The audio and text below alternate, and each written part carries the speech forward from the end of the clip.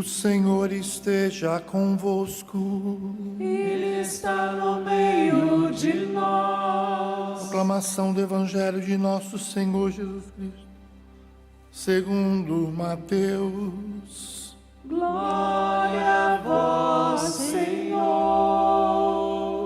Naquele tempo, a mãe dos filhos de Zebedeu aproximou-se de Jesus com seus filhos, ajoelhou-se com a intenção de fazer um pedido.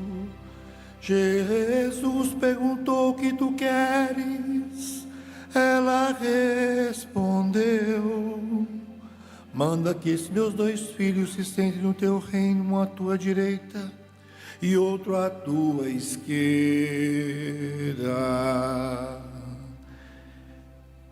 Jesus então respondeu-lhes: não sabeis o que estáis pedindo?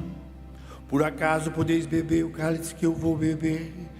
Eles responderam: podemos. Então Jesus lhes disse: de fato vós bebereis do meu cálice, mas não depende de mim conceder lugar à minha direita ou à minha esquerda.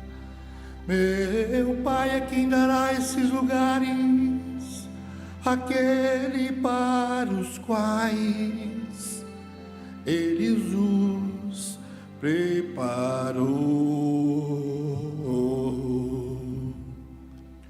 Quando os outros 10 discípulos ouviram isso, ficaram irritados contra os 2 irmãos.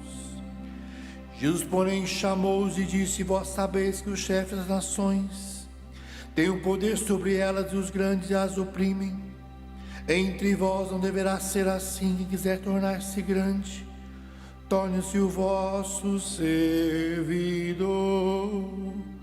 Quem quiser ser o primeiro, seja o vosso servo. Pois o Filho do Homem não veio para ser servido, mas para servir e dar a sua vida como resgate em favor de muitos.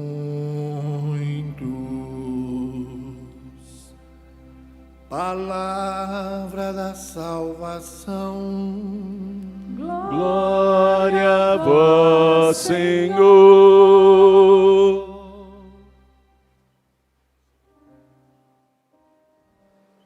Os que lançam as sementes entre lágrimas ceifarão com alegria, ceifarão com alegria. Os que lançam as sementes entre lágrimas ceifarão com alegria, ceifarão com alegria.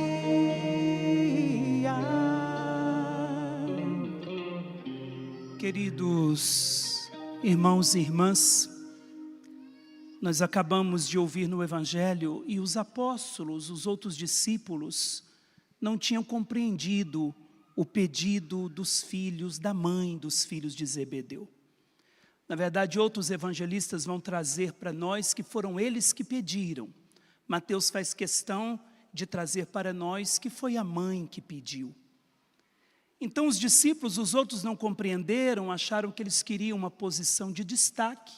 E Jesus ainda faz a exortação no final, que entre vós não seja assim, que vocês estejam dispostos a servir e não a serem servidos. Mas para a gente compreender esse evangelho, nós precisamos lembrar que antes desse evangelho havia acontecido a transfiguração. E lá estavam os filhos de Zebedeu. Tiago e João estavam lá e viram a transfiguração. E diante daquele esplendor que eles viram, qual era o pedido e o desejo deles? Nós queremos estar na transfiguração com ele, uma à direita e outra à esquerda. Eles não estavam pedindo um lugar nesse reino passageiro. Eles ficaram tão tocados, tão transformados, tão estarrecidos por aquilo que eles viram no Tabor, que eles queriam um lugar nesse reino de Jesus. Só que Jesus vai dar uma resposta. Jesus vai dizer: olha, sentar à minha direita, à minha esquerda, não cabe a mim, não cabe a vocês, é o Pai que já designou, é o Pai que já escolheu quem vai ficar à minha direita e à minha esquerda. E eu tenho alegria de dizer para você hoje, casal, quem é casado aí levanta a mão. Isso. Eu tenho alegria de dizer que Jesus não deu um lugar à direita e à esquerda para Tiago e João, porque Ele deu esse lugar para você, como casal. Era sobre você que Ele estava pensando. Eu dizia hoje na pregação que quando o homem deixará seu pai e sua mãe e se unirá à sua mulher, o verbo unir significa colocar debaixo do mesmo jugo. E se coloca um jugo sobre dois animais para que eles caminhem na mesma direção. E quando um animal cai para a direita, o outro faz com que ele permaneça no centro, na mesma direção. Um impede o outro de sair do caminho. E eu dizia para vocês que a Bíblia inteira fala do jugo. O jugo na Sagrada Escritura é a Torá, é a palavra de Deus. Só que Jesus é a palavra que se fez carne e habitou entre nós. Então no casamento, no matrimônio, ninguém se casa a dois. É o homem, a mulher e o próprio Cristo entre eles. Na Croácia, quando um casal vai se casar, ele ganha do padre uma cruz de presente. Para dizer, não que o casamento é uma cruz, seja uma cruz, mas simplesmente para dizer que o casamento é salvação para o outro. E eu dizia hoje de manhã que no dia que você recebe o sacramento do matrimônio, um braço da cruz fica sobre o ombro do esposo e o outro braço da cruz sobre o ombro da esposa, e Jesus fica no meio. Então onde que você fica? Um à direita e o outro à esquerda. E tudo precisa passar por Ele. Tudo, Ele é o filtro do amor, Ele é o amor que se dá, e é por isso que o sacramento do matrimônio é um sinal. O que é o sacramento? O sacramento é um sinal visível da graça invisível. E traz a graça que se precisa, Ele faz acontecer. E é o único sacramento que não é o padre que celebra. Eu celebro a Eucaristia, eu celebro a confissão, eu celebro a unção dos enfermos, mas no seu matrimônio o sacerdote foi uma testemunha qualificada, porque quem celebra o matrimônio é você. E todo sacramento tem uma matéria e uma forma. Por exemplo, no batismo é a água e a fórmula: eu te batismo em nome do Pai, do Filho e do Espírito Santo. No matrimônio é o seu consentimento, é o amor de um pelo outro, e é por isso que vocês são os protagonistas desse sacramento. Só que o que acontece no dia do sacramento? Se todo casal soubesse disso na preparação para o matrimônio, eles entrariam na igreja de uma outra maneira. Porque no dia do sacramento do matrimônio vai chegar um amor imperfeito, outro amor imperfeito, e o amor que é perfeito vai descer para pegar esse amor quebradiço e imperfeito e elevá-lo à altura de sacramento. Elevá-lo. E o que Deus faz no dia do matrimônio? Ele diviniza o seu amor. É por isso que se casa três: o homem, a mulher e o próprio Cristo, porque só Ele pode unir duas pessoas tão diferentes. O livro do Gênesis vai dizer que a mulher foi tirada do lado de Adão, não é isso? Da costela de Adão. Só que a Bíblia é extraordinária. Ela vai dizer o seguinte, que Deus colocou carne no lugar. Foi a única coisa. Deus deu um sono para Adão e tirou dele a mulher. Esse sono, a gente não pode compreender apenas um sono. Adão dormiu. Esse sono representa a morte. Foi preciso que Adão morresse para que nascesse dele, como Cristo morreu na cruz. Jesus morre na cruz e nasce dele a igreja. Os santos padres dizem que a cruz é a mesa de parto da igreja, onde a igreja nasceu. Cristo deu à luz a igreja sobre a cruz. Adão passa por essa experiência de morte para que nasça dele algo como ele e que vai levá-lo a viver o céu, que é o próprio amor. Agora, Por que Deus pôs carne e não cicatrizou a ferida? Porque essa ferida é cicatrizada no dia do sacramento, no dia do matrimônio. Quando a mulher que foi tirada do lado do homem é enxertada nele de novo e o sacramento cicatriza aquela ferida, aquilo que faltava no homem. A mulher foi tirada do homem e agora ela é enxertada nele, e é por isso que eles se tornam um só coração e uma só carne. E é por isso que a cruz precisa estar no meio.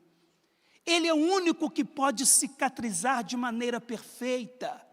E por isso que Jesus vai dizer, olha, vocês passarão pela cruz, vocês passarão pelo martírio, vocês vão beber do meu cálice, mas sentar à minha direita e à minha esquerda não foi para vocês. Sentar à minha esquerda e à minha direita foi feito para quem? Vou contar até 3, você vai dizer o seu nome, 1, 2, 3. Não, minha gente, vocês morreram? Ah não, depois de tanto sacrifício aqui, estou tentando de tudo. Na frente da televisão vocês vão fazer esse vexame?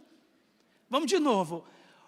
O lugar à direita e à esquerda esses lugares não foram dados aos apóstolos, porque esse lugar Jesus escolheu para quem? 1, 2, 3. Ah, agora melhorou. Foi para você casado. O sacramento do matrimônio é uma fábrica de vocações. É a matéria-prima, é ali que Deus fabrica homens e mulheres consagrados e religiosos, outros para o matrimônio.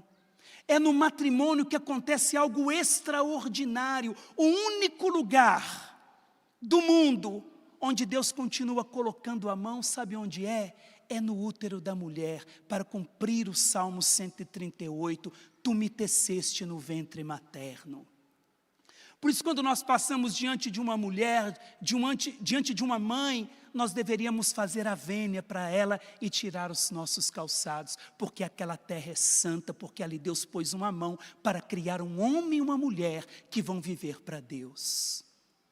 O sacramento do matrimônio, Deus tem um olhar sobre ele. Nós, consagrados, nós nos configuramos ao Cristo, o nosso prêmio é a cruz de Cristo, mas você como casado é o lugar onde, é o jardim fechado, onde Deus gosta de passear na brisa da tarde. É ali o lugar do amor, onde o amor se dá.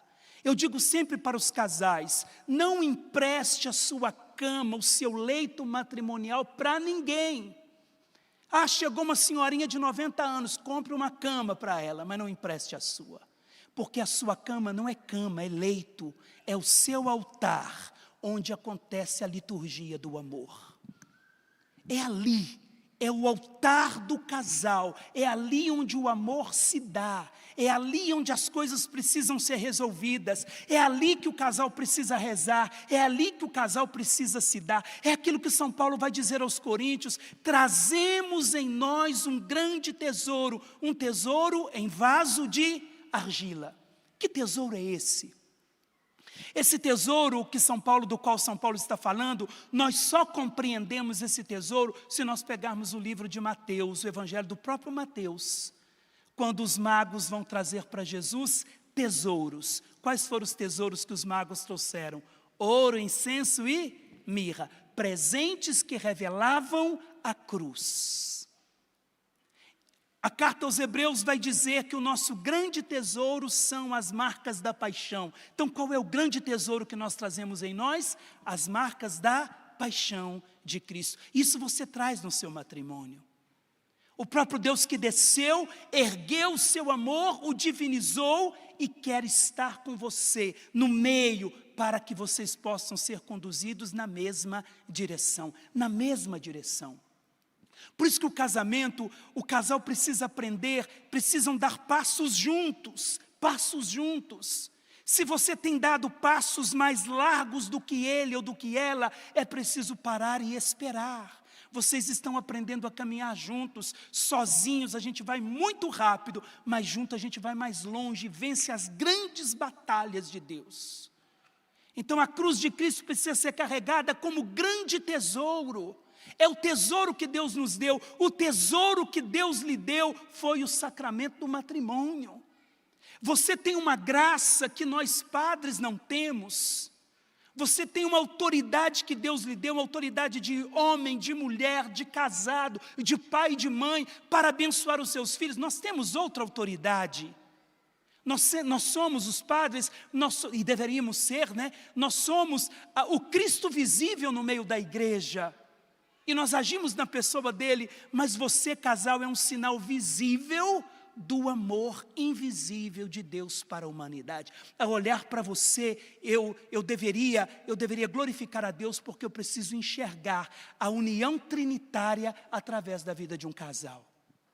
É reflexo da Trindade. O homem, a mulher e o próprio Deus entre os dois, sentados à sua direita e sentados à sua esquerda, trazendo um grande tesouro. Só que esse tesouro precisa ser lapidado. A Bíblia vai dizer, um homem que achou um tesouro no campo, vendeu tudo o que tinha, se tornou pobre para encontrar o grande tesouro. Vendeu tudo o que tinha e adquiriu um grande tesouro. No matrimônio, você, homem e mulher, deveria viver com essa certeza no coração. Tudo é para ele, tudo é para ela. Olha aqui para mim, homem. Se o lugar que você frequenta, sua esposa não pode ir, ali não é o seu lugar.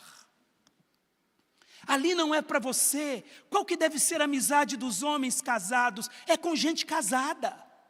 O que um homem vai ter ciclos de amizade com gente solteira? O que fala no meio dos solteiros? Não é aquilo que vai falar no meio dos casados? E você, mulher, o lugar que você frequenta, se o seu esposo não pode ir, ali também não é o seu lugar. O seu lugar, da mesma forma, se o lugar que eu vou, eu não posso ir de clérgima, ou eu não posso ir com a minha batina, ali não é meu lugar. Se eu preciso negar a minha identidade para chegar em determinado lugar, ali não é para mim. Ninguém me obrigou a ser padre. Eu fui porque estou tentando corresponder ao chamado de Deus. Ninguém te obrigou a se casar. Se casou porque tinha um chamado e uma vocação, agora faça valer a pena. Na certeza que você não caminha sozinho e que vocês têm todas as graças necessárias. Existe um grande tesouro, Deus está investindo em você. Deus está investindo no seu casamento, Deus está investindo na sua vida. E se um casal vive santamente, a família inteira vai viver santamente. Eu atendi uma mulher, no período que eu morava na França, foi uma situação muito difícil. Uma mulher chegou para mim com 4 filhos, desesperada, em prantos, que eu tive que esperar, parar de chorar, para poder falar da sua dor. Casada na igreja. Apesar de São Paulo não falar, né? São Paulo, quando fala de casamento, ele não fala de casar na igreja, ele fala de casar no Senhor Jesus. É claro, quando se casa na igreja, se casa no Senhor Jesus. É o que a gente espera, porque casamento não é evento, é sacramento. É isso que o mundo transformou, o sacramento em evento, virou um grande evento, um desfile de modas, mas vazios por dentro. E sem a plenitude daquilo que precisa viver. Não estou dizendo que o casamento também tem que ser feito de qualquer maneira. Só que, para fazer um grande evento, eu preciso ter a certeza que é um grande sacramento. E essa senhora chorando, dizendo, padre, o que eu faço? Eu não sei o que fazer. O meu marido, veja, o caminho doentio de um matrimônio. O meu marido, todos os dias, ela disse, chega em casa depois do trabalho, aluga um filme pornográfico, põe na televisão, fica despido, fica nu no sofá, põe as 4 crianças nuas, e desculpa a expressão, se masturba na frente da televisão, ensinando os filhos a fazerem a mesma coisa. Está formando o quê? Psicopatas, pedófilos, estupradores. Porque não compreendeu que entre ele e a esposa precisa estar o Cristo Jesus. Graças a Deus, que pode ser que o seu problema não seja esse. E bendito seja Deus que não seja. Mas pode ser que o seu problema está virando uma bola de neve sem se resolver. E o tesouro está sendo camuflado e destruído. O tesouro que foi as marcas da paixão, que Cristo colocou no meio de vocês, fazendo vocês uns sentarem à direita, outro à esquerda, está sendo destruído, porque não está sendo cuidado.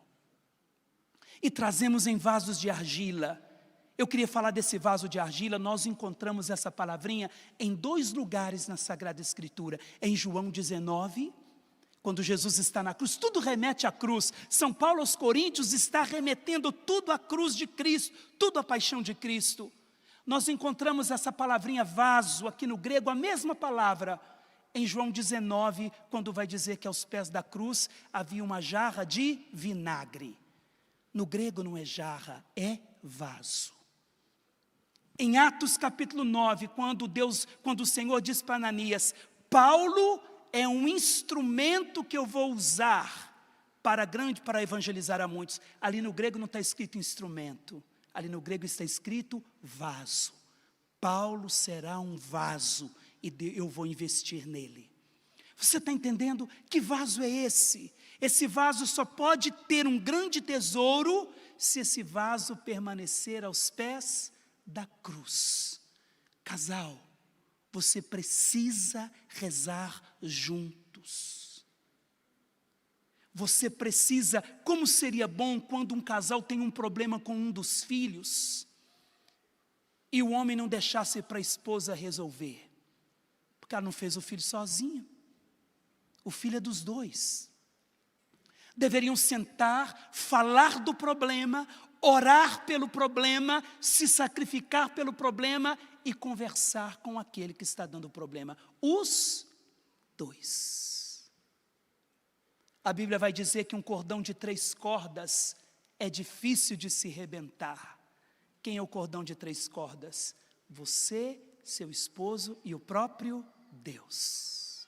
Esse cordão ninguém rebenta. Aí nós entendemos o que Paulo está falando aos Coríntios. Olha aqui, quando eu trago a cruz de Cristo como centro da minha vida, como centro do meu matrimônio, a palavra de Deus vai dizer aqui em Coríntios, o próprio Paulo dizendo, olha, somos afligidos de todos os lados. Seremos afligidos de todos os lados, mas não vencidos pela angústia. Diga comigo, serei afligido. Segura na mão do seu esposo, da esposa, e pode dizer no plural, seremos afligidos de todos os lados. Agora olha para ele, olha para ela e diga, mas não vencidos pela angústia. Porque nós temos um Deus que está no meio de nós. E Ele não perde o controle nem perde a batalha. Agora olha aqui para mim. Postos entre os maiores apuros. Não era para repetir, mas se repetiu tá bom. Postos entre os maiores apuros, os grandes apuros. Quando você casou, o padre não te deu um livrinho para dizer como que você deveria viver o casamento. Deu? Não deu. Vai ter que aprender no dia a dia, não é isso? Morrendo para si mesmo. Você, quem tem aliança, levanta a mão. Todo mundo deveria ter, né? Aliança é a marca da presença de Deus na vida do casal. Tem alguma data na sua aliança?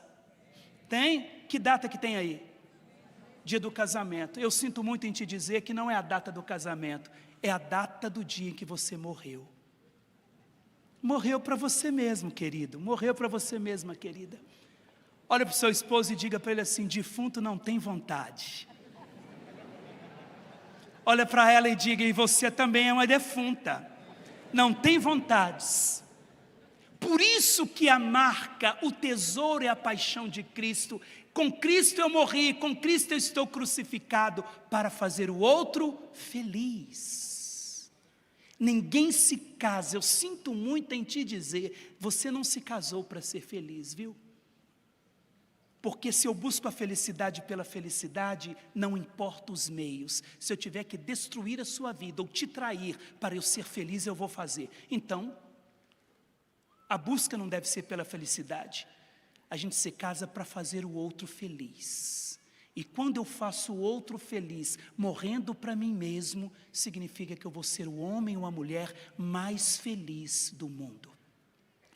Então eu olho para a cruz de Cristo, e se Ele conseguiu, se Ele venceu, se Ele morreu por amor, se Ele esgotou todas as maneiras de amar, a Bíblia vai dizer que Ele nos amou até o fim. Se Ele esgotou todas as maneiras de amar, se Ele passou por todas as exigências do amor, e se Ele está entre vocês dois, é porque você também é capaz de amar. Eu não tenho essa vocação, é você que tem, então chupa essa manga. É com você agora. Lá no Goiás eu diria, chupa esse pequi. Agora é com você, se vire, tem todas as graças necessárias. Passaremos por apuros, passaremos por grandes apuros, todos nós passamos, mas olha o que diz a Escritura. Passaremos pelos maiores apuros, mas sem perder a esperança. Sabe aonde se encontra pela primeira vez na Bíblia a palavra esperança? Esperança em hebraico se diz tikvá. Como é que fala? Pode ser melhor, tikvá. Sabe o que significa isso? A gente encontra isso lá naquele episódio do cerco de Jericó, quando os hebreus entram em Jericó, os espiões, e eles encontram a casa de Raabe, aquela prostituta, e ela coloca como sinal um fio escarlate, um fio vermelho na janela. Já leram isso, né? Sim ou não? Ela coloca, e quando os espiões voltam para derrubar, e que as muralhas de Jericó caem, quando os hebreus entram, os judeus entram, o povo de Israel entra, a casa dela, eles não destroem, porque na casa tinha na janela um fio escarlate. Esse fio escarlate no hebraico se diz tikvá. Ela colocou na sua janela a esperança. E os santos padres dizem que esse fio escarlate é o sangue de Jesus. Qual que é a esperança do casal? É o sangue de Jesus, que precisa estar na sua janela.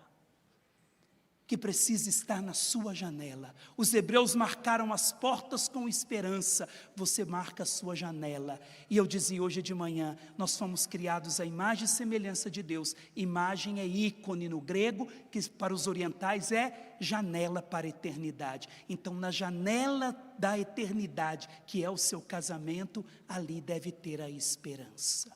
A esperança é o sangue de Jesus. Diga comigo, a esperança do meu casamento, a esperança da minha casa, tem um nome, tem um rosto, é Jesus de Nazaré, é o sangue de Jesus. Posso passar pelos maiores apuros, e quem sabe tem passado pelos grandes apuros, mas não vou perder de vista o sangue de Jesus. O sangue dele está nos umbrais da minha casa, na janela da minha família. A Bíblia ainda continua, perseguidos, mas não desamparados, derrubados. Esse derrubado aqui é esmagado como uva. Posso estar sendo esmagado como a uva no lagar, mas não serei aniquilado. Por toda parte sempre levamos em nós as marcas do sofrimento de Jesus. Hoje nós celebramos São Tiago. Tiago, no hebraico, é a mesma coisa que Jacó, e significa aquele que era torto e que foi endireitado por Deus. Então tudo tem jeito. Nunca é tarde para recomeçar, nunca. Basta nós colocarmos na nossa janela, colocarmos entre os dois, colocar entre vocês dois a esperança que é uma pessoa. No hebraico se diz tikvá, mas no grego significa aquele que vem ao meu encontro. A esperança no grego significa alguém que está vindo ao meu encontro. E quem que está vindo ao seu encontro é aquele que nos amou primeiro. É o Senhor. Não tenha medo de carregar nos ombros aquele que está entre vocês dois e dando possibilidade do amor de vocês ser um amor divinizado, transformado pela graça.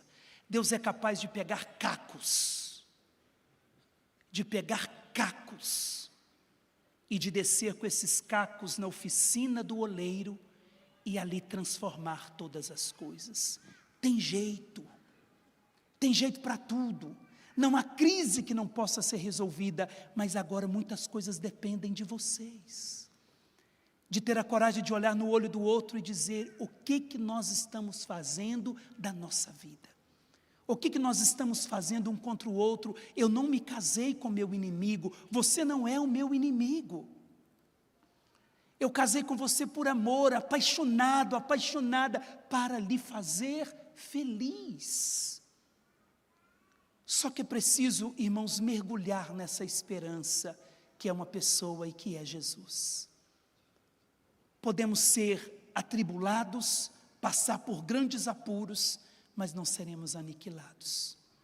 Porque quando nós passamos pela oficina do oleiro, pela carpintaria de Jesus, aquilo que era torto se torna endireitado pelas mãos do Senhor. Eu quero proclamar sobre a sua vida que o seu casamento tem jeito.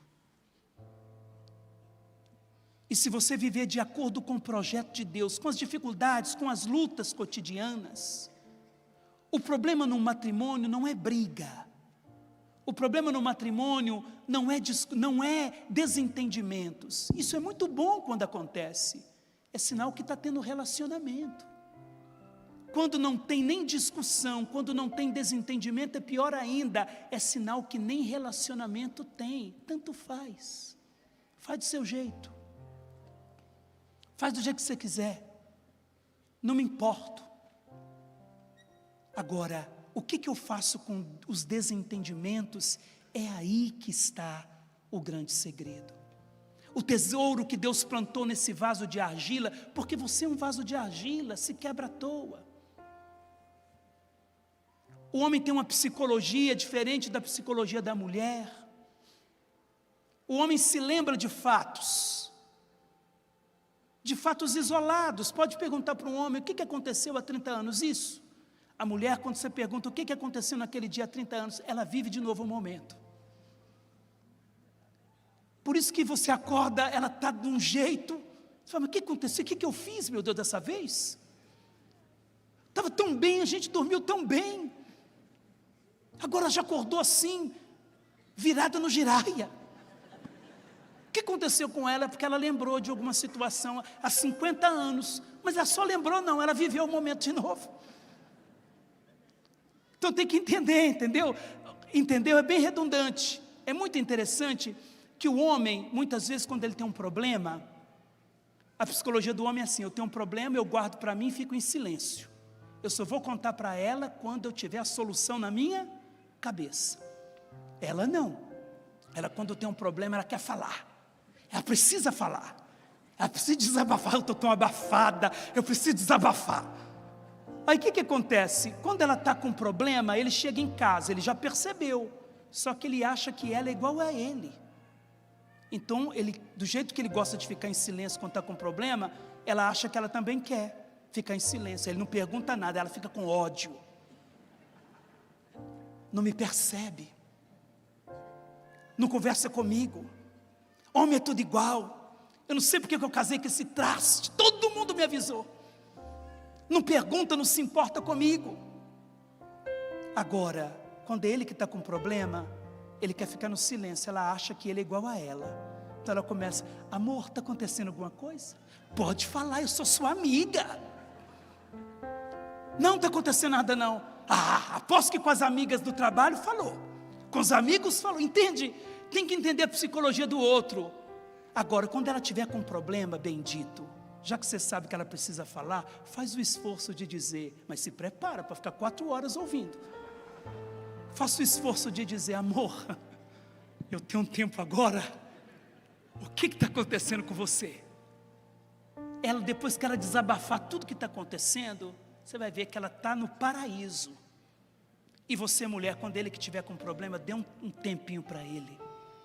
Não é que ele não confia em você, ele precisa organizar aqui dentro, para depois falar com você, ó, nós estamos num problemão, mas não vamos ser aniquilados não, porque eu já tenho a solução. É homem, né?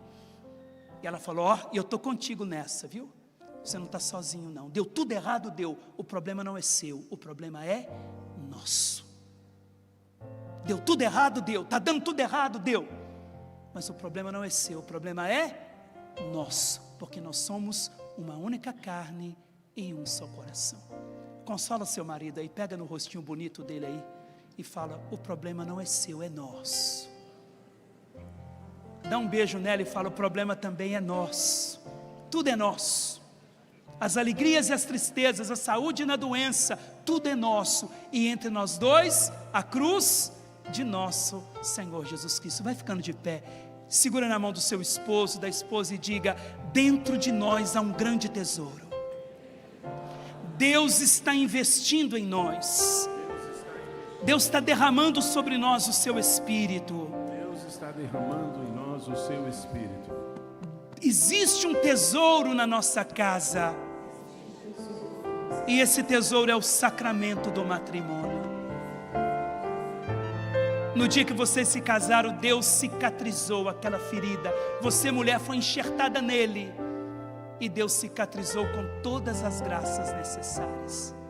Eu queria que você ficasse abraçadinha aí com o seu querido, com a sua querida.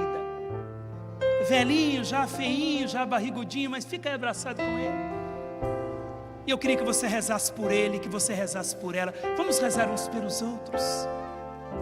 Abençoa sua esposa, homem, reza. É um desafio que eu lhe dou, de falar agora, de pedir a Deus que abençoe. Quem sabe a sua esposa está doente, com doenças físicas, emocionais, psíquicas. Reze por ela, pedindo a cura, a libertação de todo tipo de depressão, de pânico, de ansiedade, de problemas físicos e emocionais. E você, mulher, reze pelo seu esposo, quem sabe pelo trabalho, quem sabe por uma situação financeira. Rezemos. E você que não está com o esposo nem com a esposa, pega a pessoa que está do seu lado aí, reze uns pelos outros, pedindo a graça de Deus sobre a vida dessa pessoa, que quem sabe você nem conhece. Senhor, eu estou pedindo agora que a Tikvá, a tua esperança, o teu sangue esteja sobre nós. Tu tens o poder de reordenar todas as coisas, tu pode fazer novas todas as coisas, tu podes entrar, Senhor, na vida desses casamentos, na vida desses casais, e renovar todas as coisas. Ó Pai, em nome de Jesus, eu estou pedindo agora um grande derramamento do teu Espírito. O segredo para os casamentos é aquilo que aconteceu no dia do próprio casamento. O teu Espírito veio, divinizou o amor humano e transformou todas as coisas. Ore xerebicandarabala, querebicandarabala. Senhor, eu estou impondo as minhas mãos e rezando por esses casais, pedindo a cura mais profunda nos seus relacionamentos. E curando os casamentos, Senhor, tu podes estender a cura para as famílias, para os filhos, para tantas situações que precisam de transformação.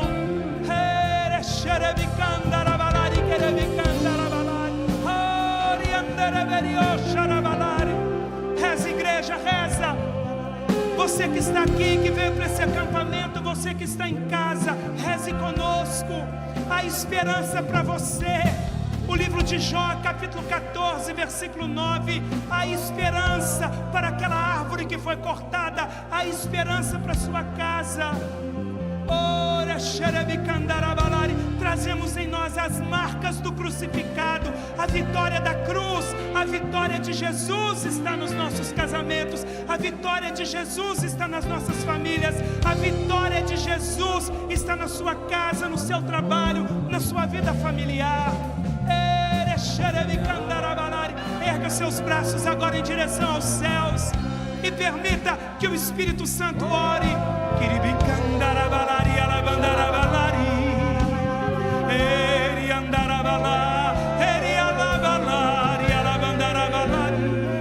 Reza, igreja, reze no poder de Deus, reze no poder do Espírito.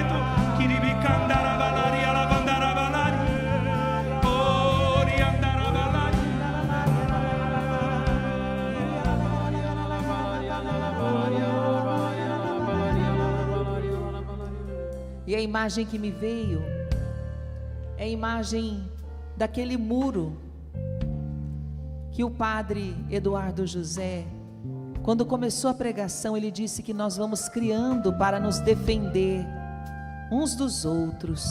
E eu vi aquele muro ao redor de uma pessoa, e esse muro ia ruindo, ia caindo, aqueles tijolos iam vindo ao chão, e o Senhor deixava muito claro que Ele está fazendo cair todo o muro da divisão, da separação, aquilo que nos coloca uns contra os outros, que achamos que é defesa, mas que nos impede de ser um. O Senhor está realizando essa obra no seu matrimônio, no seu relacionamento. Muito obrigado, Senhor. Muito obrigado, meu Deus. Muito O obrigado. Senhor me diz que tem pessoas que estão cansadas de dar uma nova chance. Amém. O Senhor está fortalecendo a tua vontade. Amém. Você não está dando nova chance, diz o Senhor. Você está colocando esperança naquilo que Deus construiu. Obrigado, Senhor. Muito obrigado. Obrigado. Nós te A palavra que o Senhor bendizemos. me dava de ciência era de que muitos casais no nosso meio, você também em casa, é como vocês, casal, contemplando a história de vocês, e para cada realidade de casal vinha uma palavra, vinha a palavra dignidade, vinha a palavra honra, vinha a palavra relacionada a cicatrizes, marcas da história, de valentia, do que vocês guerrearam. É como se cada casal fosse contemplando a sua história e entendendo o ponto em que vocês estão, para até mesmo se situarem uma história de salvação que vocês estão contemplando, e Deus nessa história, para não perder de vista o que Deus já fez e o que Deus está fazendo. Muito obrigado, Senhor. Muito obrigado. Não muito boa de se ver, não muito bela.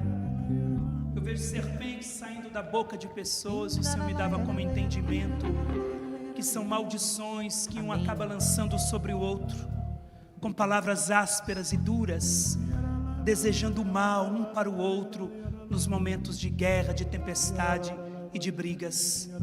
Permita que a Eucaristia de hoje, ao receber Jesus na Eucaristia, que Ele possa transformar as suas palavras de maldições em bênçãos. Obrigado, Senhor.